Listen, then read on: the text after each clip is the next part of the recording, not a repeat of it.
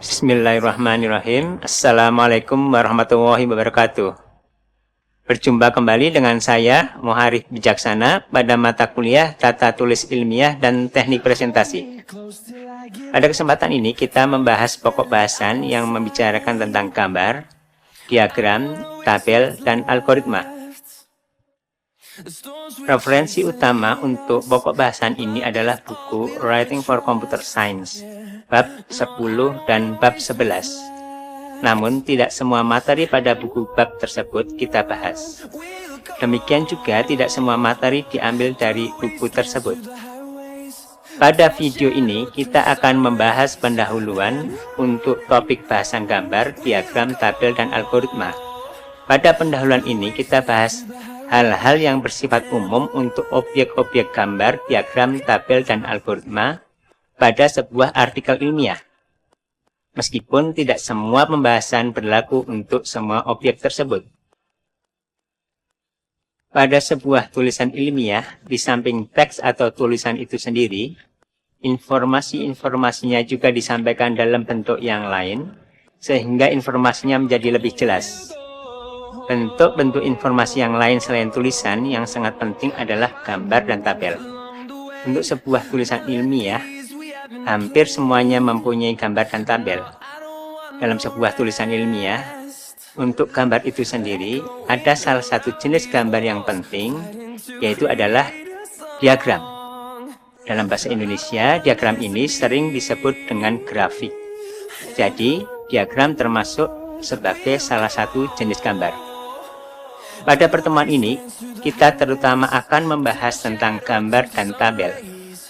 Akan dibahas juga sekilas tentang algoritma. Hampir semua artikel ilmiah mengandung gambar dan tabel, namun tidak banyak yang mengandung algoritma. Pada bahasan ini, gambar, tabel, dan algoritma kita sebut sebagai objek. Sebuah objek secara umum perlu ada identitas yang kita sebut sebagai label. Label dapat dikatakan sebagai nama atau identitas dari objek. Di samping label juga dilengkapi dengan keterangan atau dalam bahasa Inggrisnya adalah caption, yang merupakan keterangan atau penjelasan singkat untuk objek tersebut. Label disertai dengan angka, misalnya gambar 1, gambar 1.1, tabel 2, tabel 2.1. Caption menjelaskan secara singkat dan merupakan penjelasan yang bersatu atau dituliskan setelah label dan berada di atas atau di bawah objek. Perhatikan contoh sebuah objek berupa tabel ini. Lihatlah label dan captionnya. Ini adalah contoh tabel untuk artikel berbahasa Inggris. Sebagai ID, label di sini adalah table 1. Label disertai dengan angka, misalnya tabel 1, tabel 1.1, apakah menggunakan titik seperti 1.1 atau tidak, tergantung dari template yang disediakan.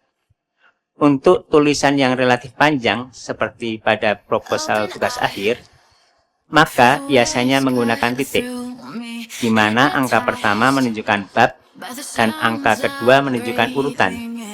Jadi, gambar 2.1 artinya gambar pertama pada bab 2.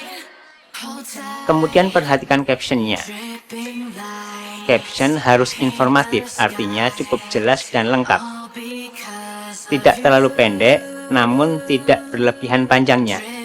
Jadi intinya, caption bisa menjelaskan secara singkat tentang objek yang sedang kita terangkan. Tabel ini menjelaskan tentang perbandingan hasil eksperimen. Untuk tabel semacam itu, pada laporan tugas akhir di Informatika Telu, tidak sedikit yang hanya memberi caption hasil eksperimen atau sejenisnya. Caption seperti itu terlalu singkat dan kurang menjelaskan isi tabel yang berupa perbandingan hasil eksperimen. Pada teks, penulisan identitas gambar dan tabel, gambar dengan G besar, tabel dengan T besar, karena itu merupakan nama. Misalnya, pada kalimat seperti terlihat pada gambar 1. Sebagaimana telah dijelaskan bahwa caption menjelaskan secara singkat objeknya.